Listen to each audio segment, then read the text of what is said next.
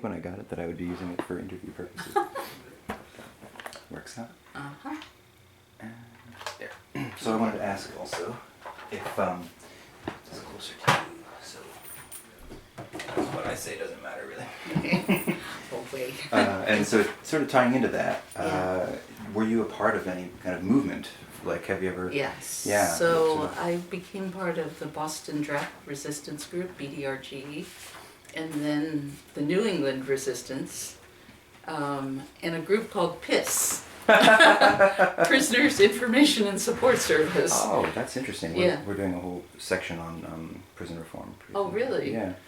Because so many people, I worked mainly advising young men how to get out of the draft. Hmm. And we could basically get almost anyone out of the draft. Cool. My favorite method being the leaky belly button. Leaky belly button? Yeah, it turns out you don't serve if you have a leaky belly button. It's extremely weird. And Whose belly button leaks? a lot of people. Really? They weren't tying them right back then. That's funny. I know. And I ended up going to jail over it because I was sauntering and loitering in a public place so as to obstruct public transportation. I'm sorry, 15 minutes into the game, U.S. is ahead, 4-0. Thank Got you. a shot in from midfield. That's important. great. That's Here, great. We do very well in women's soccer, don't we? Yeah, well, this is a huge game today. Really? Huge. Am I keeping you It's like, from it? no, I'm that's all sorry. right. It's against Japan. Oh, really? Wow. Yeah. So anyway, I was laying in front of an army bus. That's what it was. Wow, laying Yeah. in front of an army bus. Yeah. That's really With a exciting. nice little old lady who had a tea cozy. She went to jail with me. Were you able to have tea in jail? No. How were you treated when you were in jail? Was I it got a okay? job offer by a madam of a prostitution Oh house. my god. I learned how to keep your coat dry. I learned all sorts of Couple weird little things. skills, useful skills. It was pretty freaky though. Wow, how long did you spend in there? I think I was only there for 3 nights. It was long enough. That is long enough. my Suffolk goodness. County Jail, yeah. You've been in jail more than me. I have? Mm-hmm. Whoa. How long were you? Oh, I've actually never been. You've I've never been in? No, never. Ah, Never, you never managed to escape it. really. Yeah, well, when I was a little kid, I got shoplifting or something at some point, but they just let me go right away. Oh. I don't. I don't really resist any, important laws like the draft. Yeah. I mean, and there comes a time when that's like civil disobedience. Yeah. You're like prepared to be arrested when you do Yeah. something like that. Oh yeah. That's and I mean, if there was something for me to fight for, I would like to think that I would follow in your footsteps. Oh. And later I got very involved in the women's movement Mm. because it was starting right there and right Yeah. then. Yeah. And so it was one right on the heels of the other. It's very Can interesting. you tell me a little bit about that? Transition? Well, that started with the old consciousness raising groups. So I would have sessions in my little apartment and we'd bring in women from different walks of life and compare notes, and it was mind-blowing. Because there'd be the black woman from Roxbury, who was struggling to support her kids by herself, or there'd be the suburbanite from Wellesley who was very wealthy and all she could think about was, what am I going to give my husband for dinner tonight? There were academics, there were just, working class people. And so when we started really comparing notes, it was clear how much was going on. And it was huge. It became a huge movement. Wow. Yeah. So I wanted to ask, was there ever a time, this is just pretty specific, just to see if it calls to mind anything, and I guess we just went over one time, but I was going to ask, was there ever a time when a rule or a law affected you negatively? Like when some institutional pressure, interfered with something you wanted in your life, and you weren't able to do it because there's a rule against it or a law regarding. A rule or a law? Well, there's glass ceiling, Yeah. obviously. Yeah. The rule or law? I mean, it seemed like most of the laws at the time were interfering So what? You know. Talk about that maybe about your experience in the workplace. I guess was Oh, glass Yeah. ceiling things. Yeah. Well, first of all, being an Asian, when I was pregnant, an Asian pregnant female addressing the National Cattlemen's Association on the future of beef was not good. Sure, that didn't go over very well. Didn't go over well. Wow. I got harassed. I really got harassed a lot, and when I did a study on beef, they sent me into the slaughterhouse when I was pregnant, and they would do things like deliberately throw the sides of beef. They were hanging on the hook, swingers they call it. Wow. Swing it to hit me. I know. I mean, it was pretty rough. I mean, there are a lot of things like that. What was your job at the time? What were you doing? I was a consultant for SRI. SRI. What's that? Yeah, Stanford Research. So yeah, and there was that side of it, and then there was the Asian side of it. Mm-hmm. So and then when I was pregnant, then from the women's movement, it was like, well, you're a cop out because you're not staying home with your child, or you're a cop out because the opposite, you are sick. So no matter what, you couldn't win. Yeah. Wow, so many conflicting pressures. Yeah, and then when I was at work, if your kid was in daycare, if you didn't pick them up at 5:30 sharp, you got charged $5 a minute. Wow. And you'd be in a meeting, and I'd usually be the only woman in the meeting, and so if I said I have to go because I have to pick up my kid, I did get demoted, I did get penalized salary-wise, all those things. Wow. Just because you were, as a mom, you had these extra responsibilities. Right. That's too bad. That's... Yeah. Oh yeah, those times were very different from now.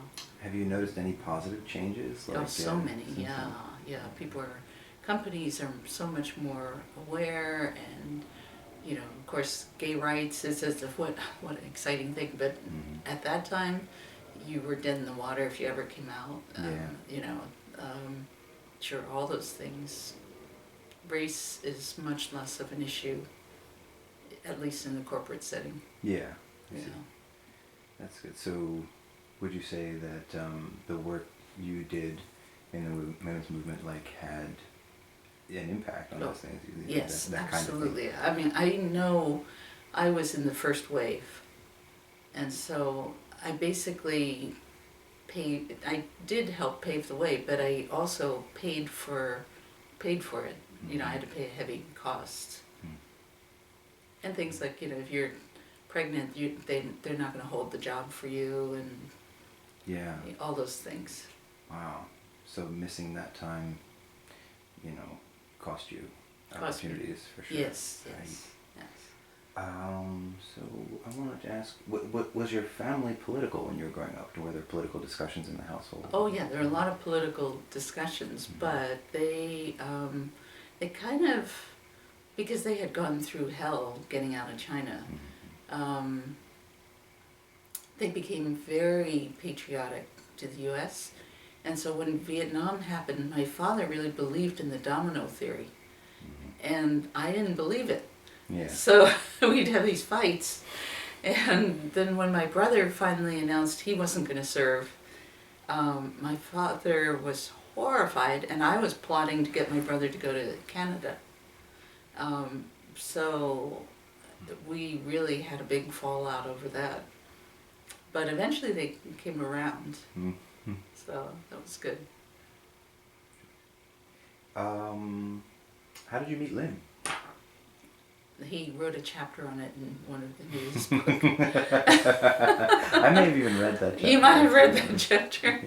Yeah, So I had gone to Boulder with another boyfriend who is now a professor at Berkeley, an astrophysicist, a physicist. We saw him recently. It was so much fun. And now we're friends. Cool. So Yeah. cool. So these things finally happen. Yeah. So anyway, he was going to Boulder, and I wanted to leave Cambridge and go west. I knew I wanted to come to California. And so I went as far as Boulder with him. I thought, I'll just see what happens. I was sort of in the process of breaking up with him, but I went that far, and the first sentence I heard in Boulder was "Chin Chin Chinaman." First thing I heard getting into town. So, two kids. Yeah, that doesn't bode well. Then. And it did not bode well. And I thought, what is this place? Goodness. And so, but then in the process of breaking up, I got a job at the engineering center, and that's how I met Lynn. He was doing a PhD. So, in your relationship with Lynn, have you ever? Oh, forget about that. We'll Okay. just keep this one going. Have you ever experienced any like racist pressure against like having an interracial Oh yeah, marriage? sure. What the comments or like? Oh, comments or people say, "Oh, is it a war bride?" Oh, You know, things yeah. like that. Mhm. Yeah. Making assumptions, that sort of Yes. Or they say, "Oh, he's older than you are. You're clearly marrying him for his money." thing. Things like that. All So the it's time. people just making bad assumptions Yes. based on like, oh, okay, I see this and it must And mean they that. saw it in the Korean War, so they saw a lot of examples like that. So Mhm. older people would say that. Wow. Yeah. So maybe you could describe a little bit what it was like for women when you were in college. Oh. Okay, so the biggest thing was the birth control pill. Yeah. Okay. That's what shook everything up. Because my freshman year, when I went there, things were still fairly traditional. Mhm. By my sophomore year, all hell had broken loose. And so let's see, the Summer of Love was what, 69? 69? 69. 68 maybe? 68. Yeah. Okay, well, I was in college from 66 to 70. Mhm. So all these things were happening. Yeah. Wow. That's like ground zero. Yeah, it was ground For zero. the sexual revolution. Yes, and it happened right Mhm. right there. Amazing. Yeah. Was it like a crowded field? Were there a lot of girls in school when you were in school, or was it mostly men in college at that Oh, time? okay. So I went to Harvard, Radcliffe, and at that time, by the time I graduated, I was a Harvard graduate. But by the time I came in, they didn't have Harvard graduates for women. You were a Radcliffe graduate. Wow. Yeah. So It was you- a so you saw college that within change. Harvard, yeah. And the ratio was something like 15 to 1 or something, men to women. And the women were smart and the men weren't. So that's what happened. It's just always the case. I agree. Oh I my know. goodness. It's so So- true. How did it get so turned around for I so have long? no Because idea. I don't know. It's really weird. we watched in this class, we watched a documentary called Union Maids, which was about unionization in the 30s and the women who would get the factory girls Yeah. and to join together, and just the manner of these women was, I just fell in love with them. You know, they were in their 70s when they were doing the interviews, I guess, and but just the way they spoke, they were so Yes. down to earth and bright and Mhm. passionate, and it was like just these girls are the best. Oh, and that reminds me that also in the summer of 60, let's see, maybe it was the summer of 68. Oh, it was 67. That's the summer of 67. I got involved in another movement because then I got involved with the farm workers. So that guy, Larry Francis, and I, because he was in trial for all these activities, he got a postponement for the summer because we had already applied to come out here to go to the San Joaquin Valley to work with the United Farm Workers. So it was with the California Migrant Ministry. And so we started a school for migrant farm workers' children. Cool. Yeah, which is still in existence. Now it's Really? moved to Delano. But Excellent. the cool thing was the kids would come pick us up in the morning, and then we'd walk over to this church where we had a little school, and then we would break at lunch, go boycott the fields with the kids, get shot at usually by the growers, and then attend union meetings at night. And so we were with Caesar and Dolores Huerta for day in, day out. It was That's really cool. pretty amazing. Yeah, it was amazing. It's very impressive. I'm Yeah. really proud of you. I didn't even know. I Thank you. knew you were a wonderful lady, but I didn't know all this stuff. I mean, one of my dreams in life is to found a school someday, and you've done this. Oh yeah, and what a difference it made to those Yeah, kids. wow. Oh my gosh. That's It so did. cool. I guess just a couple things Mm-hmm. to like tie it up. Mm-hmm. What would you say are some positive changes you've seen in the way American society regards women? Maybe starting from Harvard actually Uh-huh. putting their name on the Yeah. graduations of the women. Yeah. Right? Well, of course, the percentage of women in law schools, of all the professional schools, it's so great. It's in some cases higher than the men. Mhm. It's great. I feel sorry for the men. Actually, I think it's a very rough Pendulum time to swinging be a a little bit. guy. Yeah. Yeah, but on the other hand, I think the pressure of trying to do everything is something that hasn't been sorted out yet. So, yeah, it's still there. Yeah, still there. Yeah, having a family is really, Yeah, you still kind of have to choose. you have to choose. Yeah. Hmm. So, but great progress, absolutely. And I wanted to ask, like, based on your experiences, Mhm. what steps do you think, just maybe your thoughts on what steps you think individuals and institutions can take to encourage justice, progress, and human flourishing in the present? Like, what sorts of things would you like to see change? Well, affirmative action is one of those hot topics, and having worked in admissions for Stanford, Yeah. I actually believe in it. Mhm. I actually think it's a necessary evil for now, Yeah. and that eventually it could go away. But you've got to sometimes do extreme things Mhm. to even the playing field. So that's a tough thing. One of the things I really hate is they would admit Native Americans, for example, and then just leave them alone. Nobody would give them support or help or encouragement, and that's true of many of the minorities. So when I went to business school later at Stanford, my friends were many of the minorities, and many of them were the dropouts because nobody cared. Once they got in, they didn't ever Mm. pay any attention to them. Mm. So that's one of the areas that could use Yeah, improvement. more support for More support minorities, all the way students through. going through. Yeah, Yeah. that's true. I forget what your question was. Well, just the sorts of things you'd like to see change in society, Oh, I like for the see. future. Oh gosh, I there's so guess many. The recent Supreme Court decision is Yeah. pretty good news. Yeah, that's great news. And the last question, just a silly one. I wanted to what does the phrase American history signify to you? When you hear American history, what do you think? I think it's a misnomer. Yeah, it's just too complicated, and it's so dependent on your point of view. Yeah. Yeah. But my father always used to say the two greatest melting pots were New York City and Hawaii.